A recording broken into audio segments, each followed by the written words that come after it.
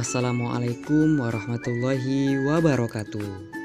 Halo anak-anak semua, kali ini kita akan belajar tentang pengolahan data. Sebelum itu, mari kita berdoa terlebih dahulu ya. Doa dimulai. Berdoa selesai. Baik anak-anak semua, sudah siap belajar hari ini? Kalau sudah, langsung saja kita mulai ya.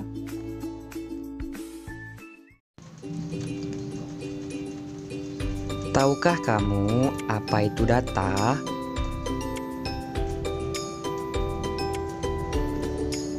Data adalah keterangan yang diperoleh berdasarkan fakta. Nah, data tersebut yang diperoleh berdasarkan fakta ini dapat kita olah, disebut dengan pengolahan data. Untuk dapat melakukan pengolahan data, kita harus melakukan 3 hal ini. Yang pertama, harus mengumpulkan data. Pengumpulan data bisa dilakukan melalui yang pertama pencatatan langsung, melakukan wawancara, penelitian, dan menyebar angket. Setelah mengumpulkan data, hal selanjutnya ialah membaca data dan menyajikan data. Selanjutnya, membaca data. Membaca data berarti menyebutkan informasi pada sajian data. Nah, membaca data ini bisa dalam bentuk daftar, bentuk tabel, bentuk diagram gambar, bentuk diagram batang, bentuk diagram garis, dan bentuk diagram lingkaran. Kita akan mempelajari semua ini satu persatu ya. Perhatikan baik-baik. Oke, yang pertama membaca data dalam bentuk daftar. Nah, di samping sebelah kiri sudah ada sajian data berbentuk daftar. Daftar peserta lomba melukis antar kelas. Nah, coba mari kita baca data yang berbentuk daftar tersebut. Dari daftar dapat diperoleh informasi sebagai berikut.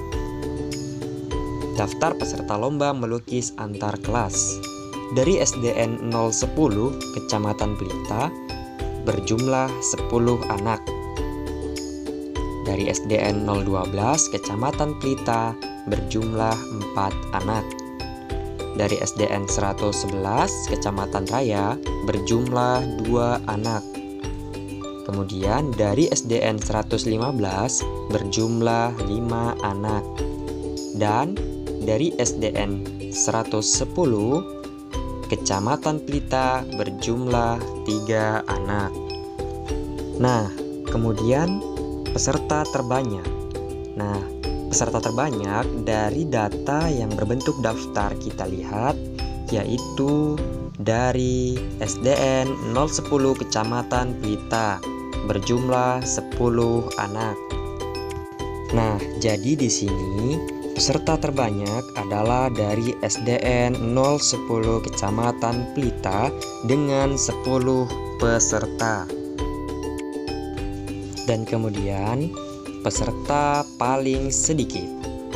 Nah, dari data yang tersebut dapat kita lihat peserta paling sedikit adalah dari SDN 111 Kecamatan Raya berjumlah 2 peserta. Oke, selanjutnya membaca data dalam bentuk tabel. Oke, di sini sudah disajikan data berbentuk tabel yang mana data kegemaran siswa kelas 5.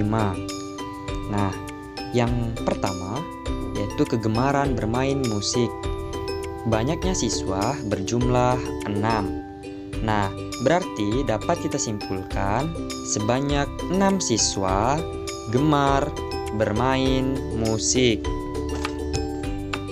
Nah, kemudian membaca. Nah, membaca di sini banyaknya siswa berjumlah 8 siswa.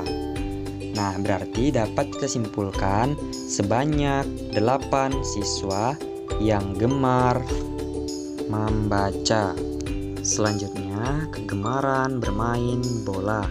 banyaknya siswa berjumlah 10. Maka kesimpulan yang dapat kita ambil, sebanyak 10 siswa gemar bermain bola.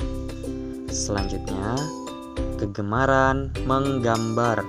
Banyaknya siswa berjumlah 4 siswa. Jadi, kesimpulan yang dapat kita ambil, sebanyak 4 siswa gemar menggambar. Dan yang terakhir, yaitu kegemaran menari. Banyaknya siswa berjumlah 5 siswa. Jadi, kesimpulan yang dapat kita ambil, sebanyak 5 siswa gemar menari. Nah, selanjutnya, di dalam tabel terdapat kegemaran yang paling banyak siswanya, kemudian yang paling sedikit. Oke, dapat kita lihat kegemaran paling banyak adalah bermain bola. Di dalam tabel sebanyak 10 siswa. Dan kemudian kita lihat kegemaran yang paling sedikit. Jika kita lihat kegemaran yang paling sedikit di dalam tabel, jumlah angka yang paling rendah adalah 4. Kemudian dapat kita simpulkan kegemaran paling sedikit adalah menggambar. Berikutnya, membaca data dalam bentuk diagram gambar. Nah, berikut ini, pada video ini terdapat diagram gambar yang sudah terlampir. Nah, selanjutnya di dalam diagram gambar terdapat tingkat pendidikan.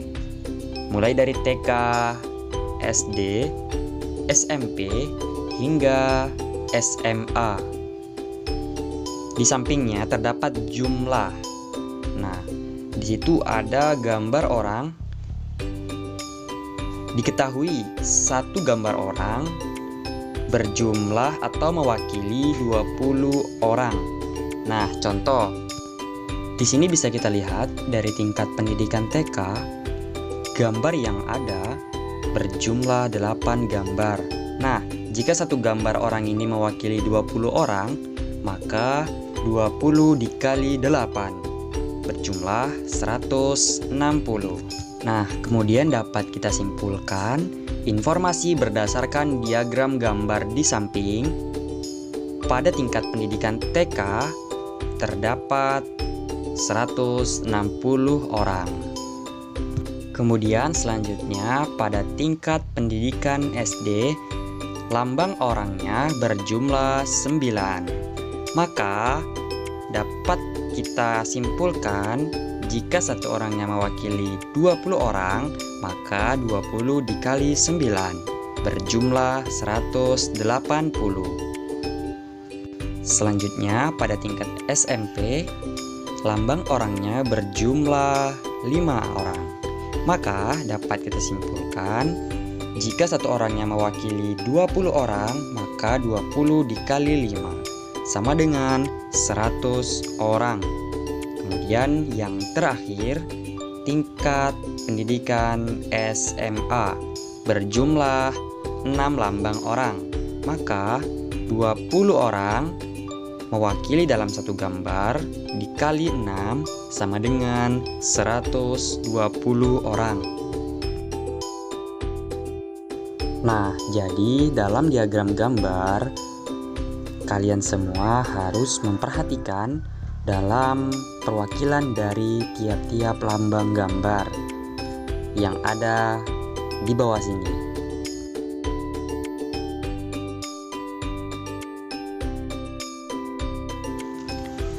Selanjutnya, membaca data dalam bentuk diagram batang.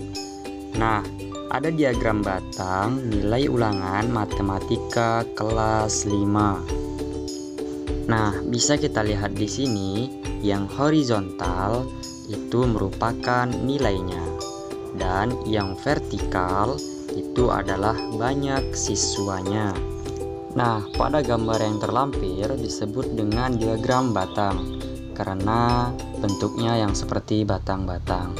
Oke, selanjutnya mari kita lihat informasi apa yang ada di dalam diagram batang tersebut yang dapat kita deskripsikan.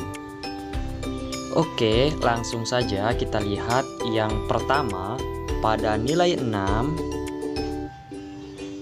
Nilai 6 ini jika kita lihat dan kita tarik garis lurus, ini berada di angka 4. Artinya sebanyak 4 siswa mendapatkan nilai 6. Nah, selanjutnya pada nilai 7 kita tarik garis seperti yang tadi. Namun pada garis tersebut tidak ada angka yang tertera. Maka kita tarik kesimpulan bahwa di antara angka 6 dan 8 ada angka 7. Maka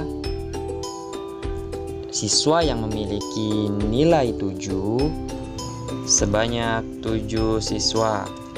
Oke, yang terakhir yaitu pada nilai 8 kita tarik garis seperti tadi, maka tepat pada angka 10. Jadi yang memiliki nilai 8 sebanyak 10 siswa.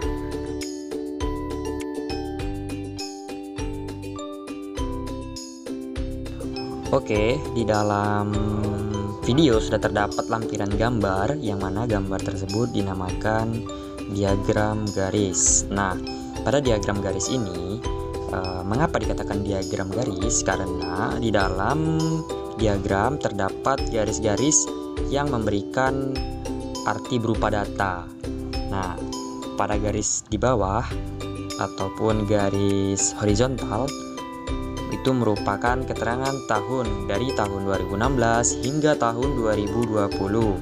Pada garis vertikal merupakan hasil produksi padi Indonesia per ton. Baik, langsung saja kita baca data dalam bentuk diagram garis tersebut. Pada tahun 2016, jika kita tepatkan garisnya yaitu bertepatan pada angka 70, maka dapat kita simpulkan hasil panen pada tahun 2016 adalah 70 ton. Selanjutnya pada tahun 2017 bertepatan garis pada angka 50, maka hasil panen pada tahun 2017 adalah 50 ton. Selanjutnya pada tahun 2018 jika kita tepatkan garis ke samping bertepatan dengan angka 40, maka dapat disimpulkan pada tahun 2018 hasil panen yang dapat diperoleh yaitu sebanyak 40 ton. Pada tahun 2019 hasil panennya 30 ton. Dan pada tahun 2020 jika kita tepatkan garisnya ke samping yaitu pada angka 50, maka hasil panen pada tahun 2020 adalah 50 ton. Selanjutnya yang terakhir, membaca data dalam bentuk diagram lingkaran. Nah, sekarang selanjutnya kita baca informasi berdasarkan diagram lingkaran di samping. Yang pertama, sebanyak 36% dari jumlah siswa hobi membaca. Selanjutnya, sebanyak 28% dari jumlah siswa hobi menulis. Selanjutnya, sebanyak 20% dari jumlah siswa hobi menari. Dan yang terakhir, sebanyak 16% dari jumlah siswa hobi memasak. Baik anak-anak, cukup sekian ya penjelasan Bapak kali ini. Mudah-mudahan kalian paham dan mengerti. Terima kasih semuanya. Sampai jumpa lagi. Wassalamualaikum warahmatullahi wabarakatuh.